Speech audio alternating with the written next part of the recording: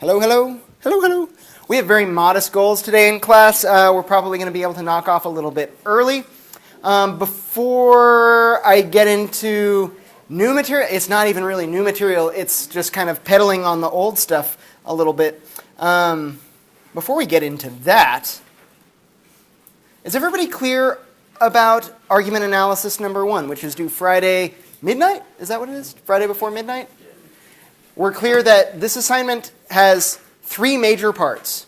The first part is give me the best available argument for why it is that we might think that it is not morally permissible to eat a cheeseburger under ordinary circumstances. The second part asks you to give me the best possible argument for why we might think that it is morally permissible to eat a cheeseburger under ordinary circumstances. And the third part asks you to give me a third argument for which of those first 2 arguments is the better argument and why. Each of those major parts, in turn, has 3 little subparts. The first one is, give me a really bare-bones sketch of what that argument looks like a premise 1, premise 2, premise 3, however many premises you have, conclusion sort of thing. Give me a 1-sentence description of what kind of argument this is and what makes it tick. Why is the conclusion believable in this style of argument, provided that you can do it. We haven't discussed all kinds of arguments yet, so you might be using one where you're like, I don't know what kind of argument this is yet. And if you don't know, that's fine. You can say so. This is just a draft. And then last but not least, give me a paragraph, normal prose account of what that argument looks like. Not the skeletal structure, but like if you were writing a paper. Does that make sense? I am not asking you to talk to me about hot dogs and whether or not they're sandwiches. The hot dog sandwich thing is on the assignment as an example to follow. I'm asking you about cheeseburgers and whether or not they're morally permissible. You can, but you don't have to use the kitten head stomping analogy. That is one possible argument that can be used. I want you to give me the best available argument one way than the other way. And maybe the kitten head stomping one is not one of the best available arguments. Amen. You don't have to use an argument by analogy at all.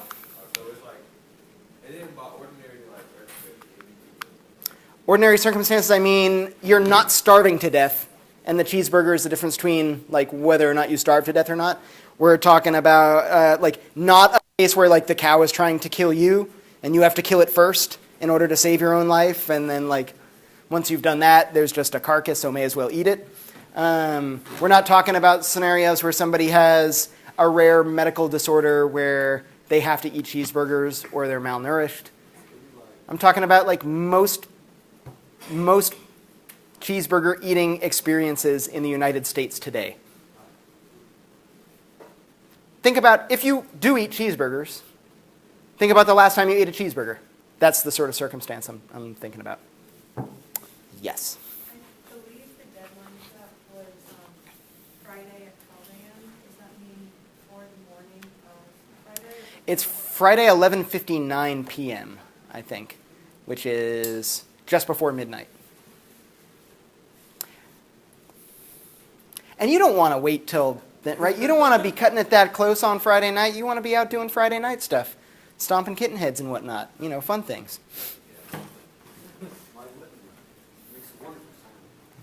Halfway between a squish and a pop. All right. Today, like I said, our goals are modest. We're kind of pedaling on the territory where we already are. We've been talking about different kinds of inductive arguments, arguments with likely sorts of conclusions, where the relationship between the premises and the conclusion is one where it's not guaranteed that if the premises are true, the conclusion would have to be true. It's just probably the case that if the premises are true, then the conclusion is true. We talked about arguments by analogy. We talked about statistical syllogisms. We talked about enumerative generalizations. Just to kind of refresh our memories, remember when we talked about arguments by analogy, we noted that here are the things that we need to worry about. We had a quantitative question, a qualitative question, and then this question about confidence. So we want to know that the number of similarities and dissimilarities that are being discussed, that's an important thing that we need to focus on, right? If there are lots of similarities between my 2 analog cases and an analogical induction, then that's going to seemingly make that argument stronger. If there are lots of dissimilarities, that's going to seemingly make the argument weaker. And it's not just similarities and dissimilarities. They have to be relevant similarities and dissimilarities. Relevant to what? Relevant to the conclusion that I'm drawing. So that gets into my qualitative question. I have a quantitative question about number of similarities and dissimilarities. I have a qualitative question about the relevance of those proposed similarities and dissimilarities. I have another question that kind of seems to get at both the quantitative and qualitative aspects, where we're talking about the number and diversity of the instances that are being compared in my analogy. And last but not least, this confidence question. Do I have an appropriate amount of confidence in my conclusion to go ahead and take a chance on maybe? Because all inductive arguments are going to be maybe, or probably, right? Probably, therefore, my conclusion. All right, that's analogical induction. With statistical syllogism, we saw the same pattern. A quantitative question that's pretty much just like how mosty is most. Because every statistical syllogism is going to start out with a premise that says it's a little bit weaker than all blanks are blank, right? All A's are B's. It's going to be most A's are B's. It's nice if we can get something a little more mathematically precise than most. If we got something like 51% or 99%. And again, the higher that percentage, the more mosty most is, the stronger that argument's going to be. We also want to make sure that there's not good reason to suppose that this rule that's being proposed, this general rule about like most A's are B's, is going to be the sort of thing that, I don't remember how I started that sentence. Let me start it again. I want to make sure that that general rule, if it does have exceptions, that there isn't another rule within the rule, a pattern within the pattern. I want to make sure that this particular case that I'm making an argument about, or that the particular case that I'm arguing to is one that fits the general rule rather than fitting the exception to the rule. And then last but not least, we have the confidence question. Is the confidence that we have appropriate to the conclusion that I'm drawing? Is likely going to be likely enough? What's on the line, basically? Do you want to roll the dice to see if we skip the exam versus do you want to play Russian roulette? What is there to gain? What is there to lose? Most recently, we were talking about enumerative inductions, and this is pretty much the same. We have the same sorts of concerns, but when we start talking about enumerative inductions or enumerative generalizations, sometimes we call them, or inductive generalizations, we'll notice that this can get a little more complicated. At our last meeting, when we were looking at some of these on the worksheet, I was asking us to just gauge your confidence in the conclusion on a scale of 1 to 10. And did anybody else feel like we were kind of shooting in the dark on this? We were just kind of like, I don't know, like 5.1, 5.5. It's a little weird. And a little subjective. It doesn't have to be that way. There's an entire mathematical discipline devoted to nothing but trying to determine whether or not our generalizations and other sorts of inductive inferences are actually good ones, actually the sorts of things that we can have confidence about. The name of that subdiscipline is statistics. Anybody here taken a statistics class? Yeah. How'd you like it? Was it enjoyable? Horrible life choice. Oh, dear. It was fun. As far as statistics, Okay.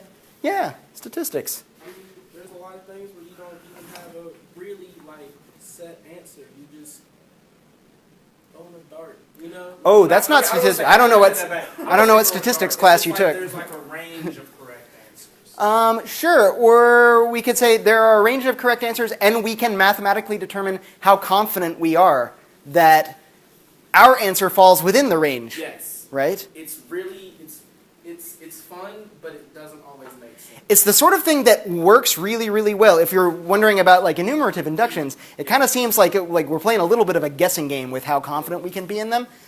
Not if you've got like a toolbox full of statistical? Standard deviation. Basic statistical conceptual tools. We can turn this into a science, into a mathematical science. So for example, when we talk about things like sample size, that's our quantitative question with enumerative generalizations. My sample size needs to be big enough to support a generalization to the whole target population. How do I know what's big enough? Hey, guess what? There's like equations and stuff that you can do that like we'll figure out. Have you seen this before? Yeah. Yeah, all right, in your stats class, right? Yeah. Look, if you can memorize a formula, this is the class for you. And you don't even need to memorize a formula. Just write it down somewhere. You don't even need to write it down somewhere. There are tons of sample size calculators online, just like Google sample size calculator, and you just input all of your relevant information. You have to know conceptually what's going on with this sort of thing. And this is the part of the class where I would say that people have trouble. Yeah, or I would say for this class at least, I'm not going to go any deeper than this than to just kind of point to this. But I don't know, what would you think? It's not going to happen this semester, but like in subsequent semesters, this will affect people who aren't you. So like, who cares about them, right? Do you think that like doing a little bit of math in a unit on generalizations and induction, it's kind of like, yeah, that seems like it would be? No, and people are like, no. Oh, all right. This is a tool. It's a tool that we can use in order to like be more certain, be more precise in the way that we make our inductive arguments. And it's a very powerful tool.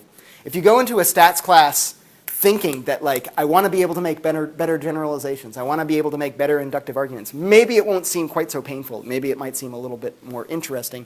Maybe you'll have some sense of what, I don't know about you, like that was always my trouble with math classes that I took, was they were really dry and abstract, and I was like, why are we doing this? What's the point? And then usually a couple years later in some science class, I was like, oh, that's the point.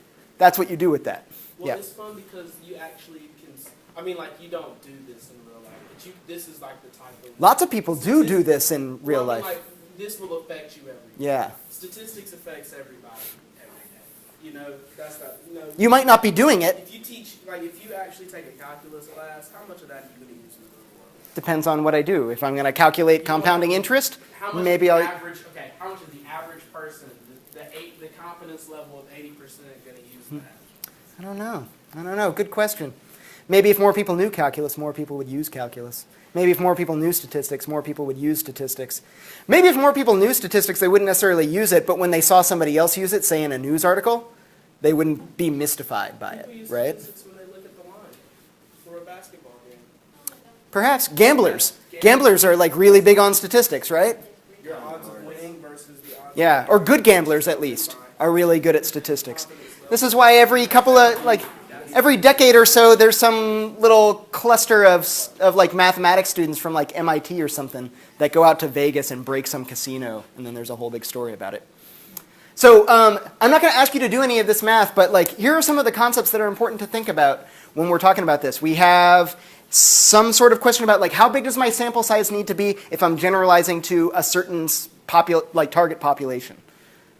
And the size of that target population is going to determine like how big my sample size needs to be. So there are some other things that are going to determine it.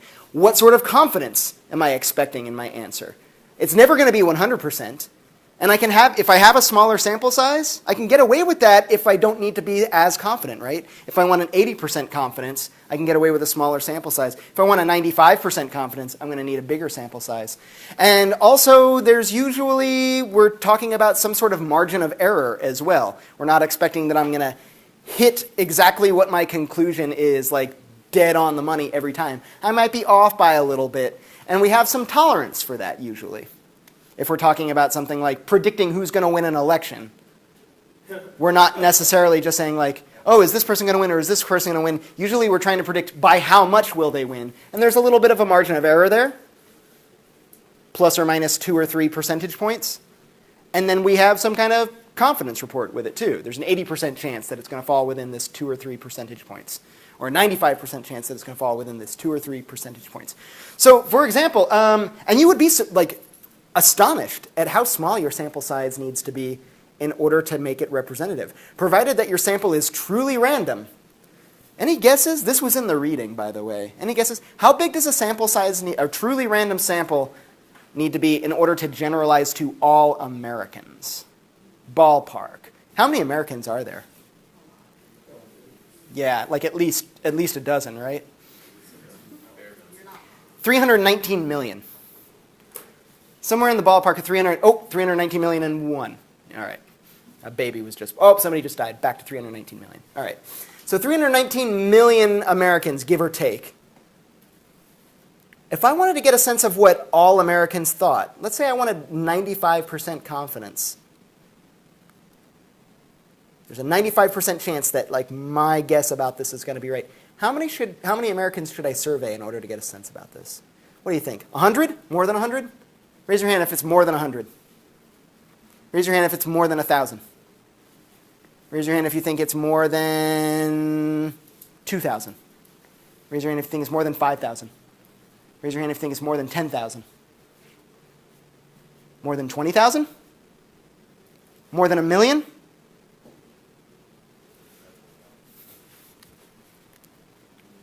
Get back here. 1,500. I can have a 95%, it depends on what my margin of error is, but with a pretty strict margin of error, if we're talking about plus or minus 2.5% error, if I wanted to poll a certain sample of Americans and get a 95% chance that I'm going to be able to correctly generalize to all Americans about this, I only need about 1,500 people in my sample size. It's amazing what you can do with good statistics. And this is, of course, assuming that I have a truly random sample, which is kind of tough to come by. This is one of the things that makes polling work. You can actually get away with an astonishingly small sample size for a large population, provided that that sample is truly random. This is a good rule of thumb to keep in mind when you're looking at polls. It's not a whole lot bigger, by the way. You don't have to get a whole lot bigger if you want to generalize about the entire population of the Earth, which is about 7 billion. You actually don't have to have a much larger sample size than this. If you wanted to talk about all voting Americans, it's a little bit less, or all eligible voters, it's a little bit less, but not a lot less. It's a nice kind of number to keep in your head if you're paying attention to things like sample sizes. All right, so things to worry about with enumerative generalizations. Don't be hasty. Make sure your sample size is big enough. That's my quantitative concern. I have qualitative concerns as well, which have to do with make sure that my sample is actually representative of my target population, not by its size, but by making sure that it's not biased. So I want to make sure that I've got a genuinely random sample. I want to be aware of any sort of cognitive biases that I or any of my subjects are bringing into it. I want to be aware of any kind of self-selection bias. And I think we talked about this a little bit at our last meeting. I was talking about, did we talk about this? Where I was talking about if I wanted to do a survey on campus about poverty. And I found nobody wants to take my survey, so I'm going to offer $5 to compensate the people who take my survey. What's wrong with that? What have I done? Yeah. I've made my survey more attractive to broke people than to wealthy people, and that's going to skew my results. The self-selection of all of the people who are coming to. And we can see the same sort of thing in any given class. If I was going to poll all the people in my environmental ethics class about whether or not they think climate change is real and important and we should change governmental policies over it. And I'm oh, this is representative of the whole school. No. An environmental ethics class already self-selects for people with certain sorts of attitudes. If we're talking about an internet poll, that automatically self-selects for certain sorts of participants, right?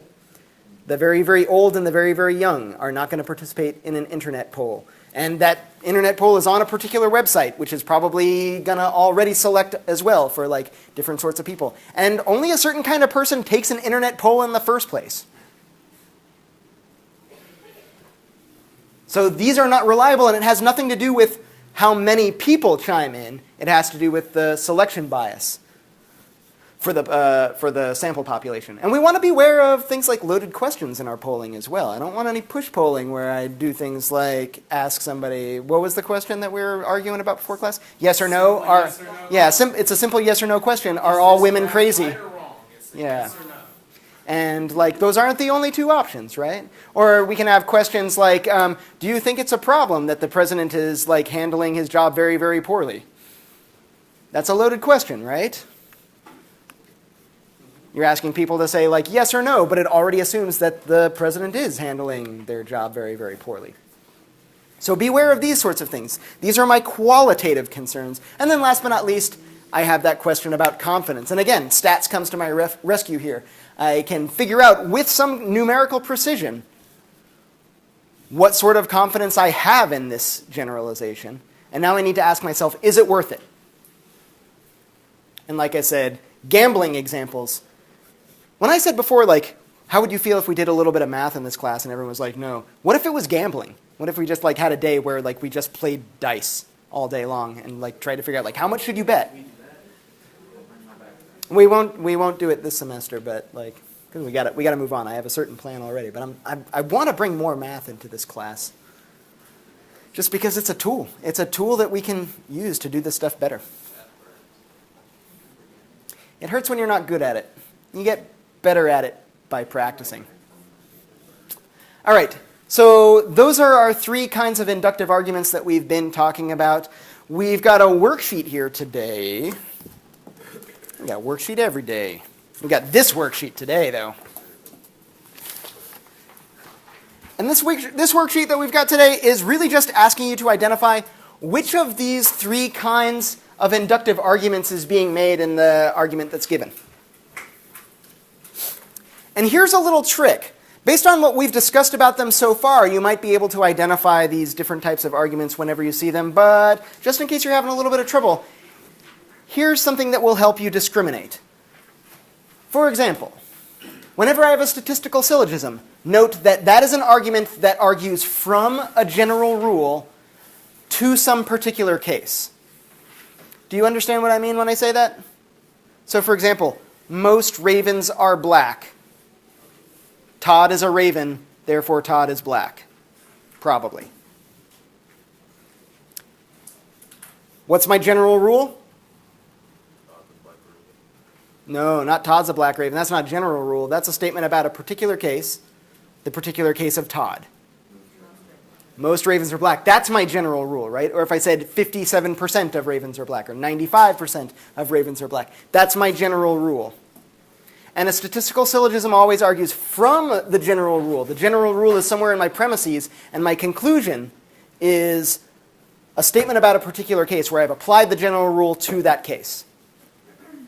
So it argues from the general rule to a particular case. Compare that to a generalization, to an enumerative induction, or an enumerative generalization, or inductive generalization. These are arguing from a collection of particular cases, and the conclusion that I'm drawing is a general rule. We're straight on that? Statistical syllogism argues from the general rule to a particular case.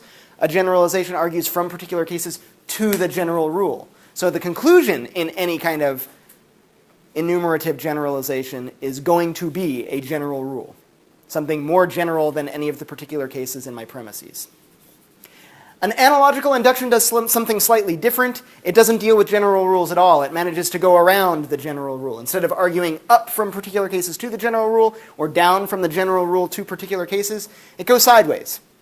From one particular case, or perhaps a collection of particular cases, to some other similar particular case. In the kitten head example, it was a particular case about stomping on kitten heads to a particular case about eating a cheeseburger. And no reference to any general rules at all in that. Does that make sense? Okay. You guys done took all my worksheets. Let's go through a couple of the... Oh, we have a question? Yeah, I was on President, and I not part of that. I just clicked something. Slide 43.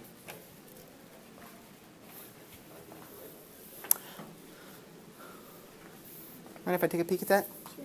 Let's do the first two together. Argument number one says we should not blame the news media for... I'm going to need to see one of these. Thanks. We should not blame the news media for falling moral standards in society. After all, we wouldn't blame a meteorologist for bad weather simply because they predict and report on it. News media does the same sort of thing. They report on the facts of what happens in our society.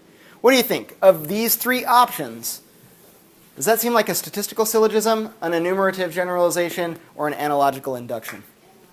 That's an argument by analogy, right? And what are the two analogs there? News media and meteorologists. Good. And if we wouldn't blame meteorologists for the weather, we shouldn't blame the news media for all of the terrible things in society that they report on. All right, number two. At a recent concert, it was noted that while only 200 tickets were sold, approximately 1,500 people were in attendance. Clearly, somewhere in the neighborhood of 87% of attendees were illegally in attendance without purchasing a ticket.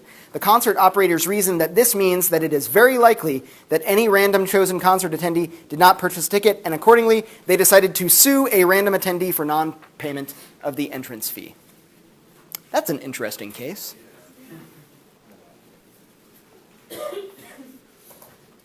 How good does their reasoning seem? Like, this is the sort of thing that we would imagine a judge would, like, reject that suit right off the bat, right? They wouldn't even hear the case. Although, they've got an 87% chance that the person's guilty. I mean, that's like, if I went into a case and I was like, we're not sure if the accused is guilty, and the judge will be like, yeah, no shit, that's why we're having the trial. And be like, yeah, yeah, but I think we're 87% chance sure. My guess is that the judge would say like, all right, let's hear this. A weird case. What kind of argument is it? An enumerative generalization. We're going from particular cases to a general rule. What's my conclusion here? That it's somewhere in the neighborhood of 87. Wouldn't it be statistical Yeah. because the general is so large and you're doing 1%? So yeah, well if we can figure out what our conclusion is, and what is the conclusion? 87%. The conclusion is 87% of concert goers. Is that my conclusion? 87% of concert goers didn't. That seems like it's a premise, right? And I explain how we get to it. Maybe that premise is supported by other things, but it's supported in a pretty airtight way. 1,500 people were in attendance. Only 200 tickets were sold. That means that 1,300 out of 1,500 did not buy a ticket. And I'm no mathematician, but I have a calculator, and that's 86.6666666%. But that's my premise, right? That's my starting point, that 87% of concert goers didn't buy a ticket. And I'm going from that to, therefore, some particular randomly chosen concert goer did not buy a ticket. That's going from the general rule to the particular case. So yeah, statistical syllogism. You get how this works? This one's tricky, though. That one is tricky? Okay, there are a couple of other tricky ones in there. Let's work through the worksheet. I said we had modest goals today, done with any kind of exposition. Nothing but the worksheet left here. What do you say? Let's finish the first side, like the front of the worksheet. I'll check in. Then we'll do the back side. I'll check in. And if we're done before class is over, everybody gets to leave early. Cool.